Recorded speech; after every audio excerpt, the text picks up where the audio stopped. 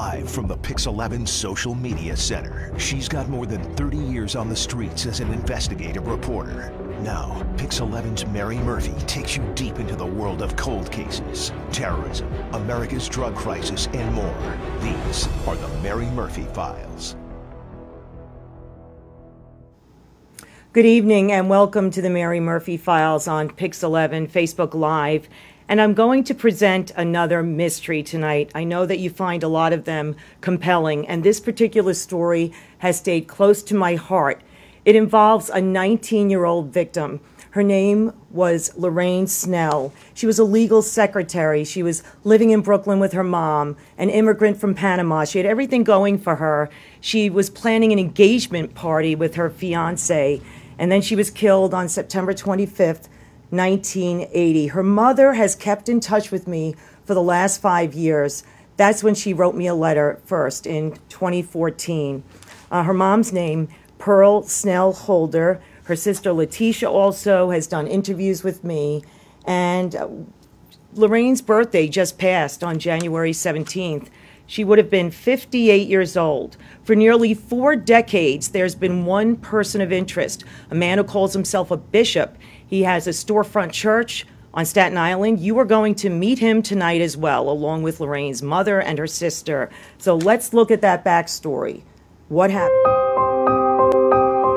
Miss Murphy, I am writing to ask for your help. My daughter name was Lorraine L. Snell. Her mother contacted us the old-fashioned way. I watch the news daily. Her daughter's murder, a faded headline from 1980. The last known person seen with 19-year-old Lorraine, now a preacher. We found him off duty. Do you know why she ended up in a car strangled behind the supermarket where you used to work? I have no idea. You know she was found in that vehicle. I heard the police told me about that. Yeah, and there was some kind of a cable around her neck. Oh, really? For the last 30 years, James Burris has built a following as gospel singer, radio host, and bishop. His home base, a Christian center on Staten Island, in a garage behind a laundromat. I just got into Christ in the prison, and that's my life. In 1981, Burris went to jail for robbery. Before that, he was married to Lorraine Snell's cousin. He wore black all the time, and he always carried a briefcase. And I'm like, what's with this briefcase? Lorraine's family said the young legal secretary left home on September 24th, 1980, to pay for an engagement party at Midwood Terrace. Early the next morning, her mother, a dietitian, headed for the New Kirk Avenue subway. I came to the site on my way to work and walked straight down into the subway.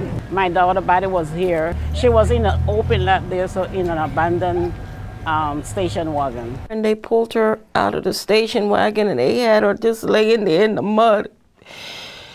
And I felt so bad because my sister always was clean and she dressed nice.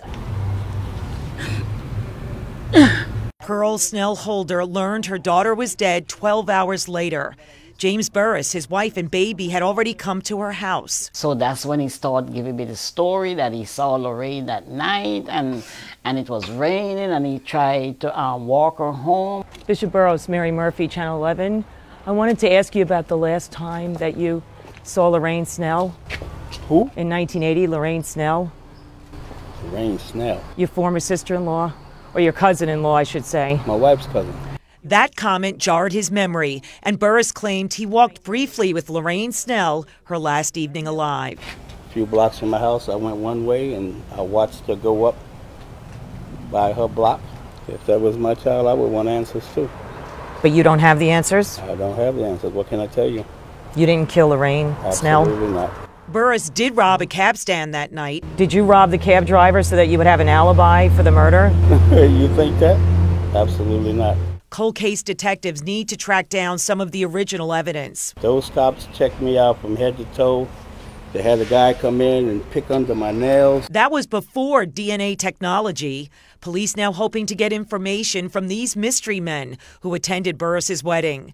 Snell's mother still remembers her long-ago words to James Burris, who remains the prime person of interest. If it takes me 1,000,000 years, you're going to get it. My heart is still aching. Her heart is still aching, and right now on the phone we have Pearl Snell Holder, Lorraine's mother.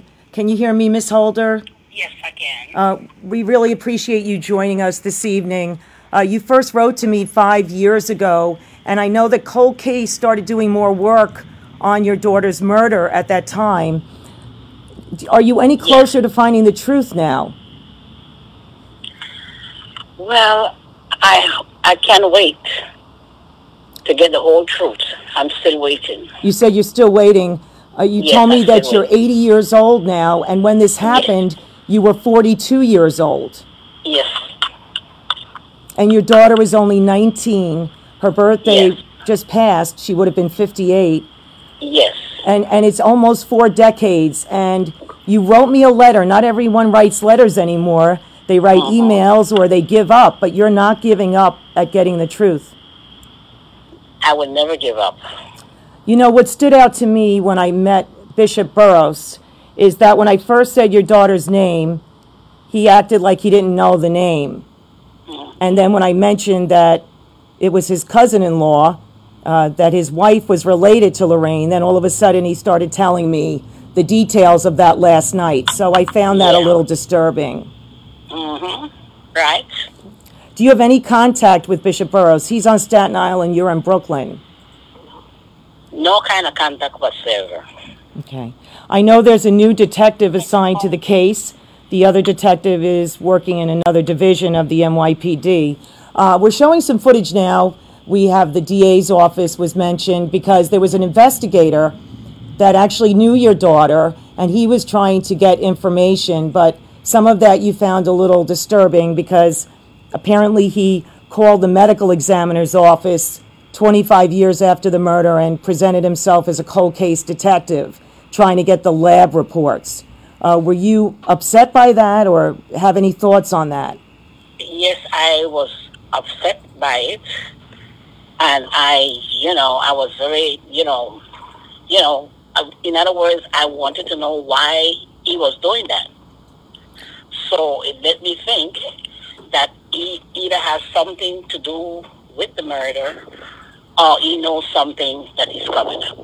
Well, the most recent investigator I spoke to said that that particular person is not believed to have anything to do with the murder, but I know that it was troubling that for a while the folder was missing from the 67th precinct. Not sure if it ever made its way back there. Yeah. We're getting some... Yes, go ahead. Sorry. Go ahead. No, I was just saying that he knew where the record was and he was covering up for somebody. You think he was trying to protect somebody? Yes. Yes. All right. Someone is asking, Amanda Rodriguez, why would he try to get the lab results? Another woman, Cassie Williams, is writing in, this is literally 2 blocks from where I live now. A lot of people are writing in. Queen Kiera Clark is saying, hiding in the church. Someone else is remarking, a wolf in sheep's clothing.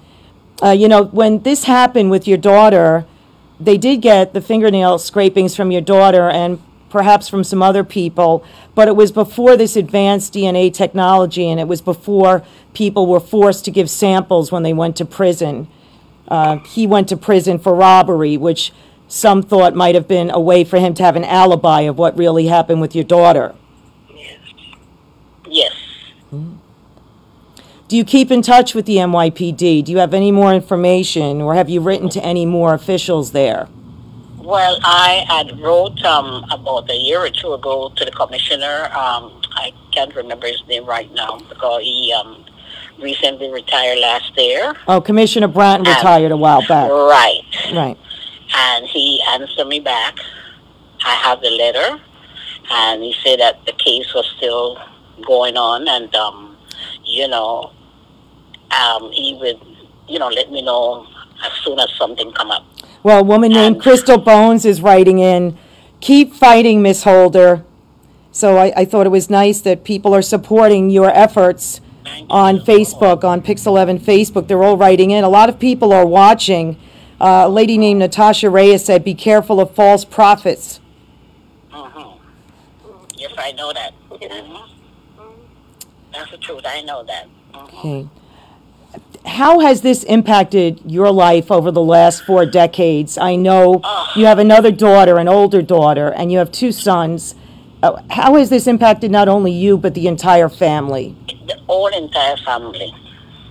The whole entire family affect. Because, every day seems to me like it just happened yesterday. Sometimes I don't sleep. Sometimes I don't eat. I end up with high blood pressure. Yeah, I had asked you to come in this evening, but you told me that you don't even travel much anymore because you have arthritis in your knees. Yes, arthritis in my right knee and in my hips, my right hips. So I don't travel by train could have been the last 7, 8 years. And, I really travel by access a ride. Valerie Nieves, another viewer, writing, God bless you. I hope that you will get the justice you deserve. Asia Stevenson Ratcliffe, you're a strong mom and woman. May God bless you. Thank you, thank you, thank you. You're getting a lot of support. To be strong. Sonia McKee John, God is not sleeping. Your answer is on its way. Prayer goes up. Yes, thank you. Because this is all I want. Justice for Lorraine. And once I get that, then I can at least, rest a little. I'm not going to rest in peace because, she should have been here. She didn't deserve what she gets. Yeah. But Lorraine is not that type of person, a street person or anything like that. I tried to raise my kids in the best way that I knew how. Lorraine was involved in church. She was singing in the choir. For him to just come in and just take her out like that, I can't see. I cannot see it. And he's walking around here like nothing. And his wife, I brought that girl here when she was just 10 years old. You brought Bishop Burroughs' estranged wife here. I don't believe they're not together though now, right? Well, that's what I heard. I don't know, but that's what I heard. But she is not no better than him. The both of them is the same thing. Even although if she didn't even, kill Lorraine, in other ways she killed her because and then she was her cousin. All right, and she was living in a house here with us until when she reached 17 years of age. That's when she left the house, unknown to me. All right, and we treated her so good. Yeah, we're showing pictures of the 67th precinct now and the medical examiner's office. Some of the evidence from the case would probably be at the ME's office, but I know that other evidence at one point was in another facility in Queens. So I know sometimes evidence moves around and the police have to kind of get it back all together, especially on the older cases. So maybe that is what some of the holdup is in the last few years that they've been looking again at the case. But I want to thank you so much for joining us this evening. A lot of people are supporting your efforts to keep pushing for justice for your daughter and for your family. And one lady, Miss Rodriguez, said she was a beautiful young woman. God bless her. May she rest in peace. So, Thank you. once again, that's a picture of Lorraine Snell, who was killed in 1980 at the age of 19, found in the back of a station wagon near a supermarket where James Burroughs used to work. And he's always been the person of interest in this case, but never arrested for this murder. And he says he's innocent. He told me, absolutely not. I had nothing to do with this young woman's murder. So we will see. We will follow this case. And I know, Ms. Holder, that you will always follow this case. And Until when the good Lord is ready for me, and I know he's not ready for me as yet because I have to see this case come to justice. so you think the good Lord's going to keep you here until there's a resolution in your daughter's murder? Right. Okay. And I thank you so very much, Miss Mary, because you've been with me and you listen to my story, and you never leave me, and thank you for all what you're doing, and thank the other people also from the bottom of my heart, and may God bless all of you all. Well, I thank you, Ms. Holder, for trusting me with your story, and yes. I hope that you find the answers you deserve. And I just want to thank our viewers this evening for watching and listening. And if you know any information, call Crime Stoppers, call the Cold Case Squad, and I know Ms. Holder would be deeply appreciative. Yes, Hope you'll be here next week for another edition of the Mary Murphy Files, and I thank you for watching this evening. Good night.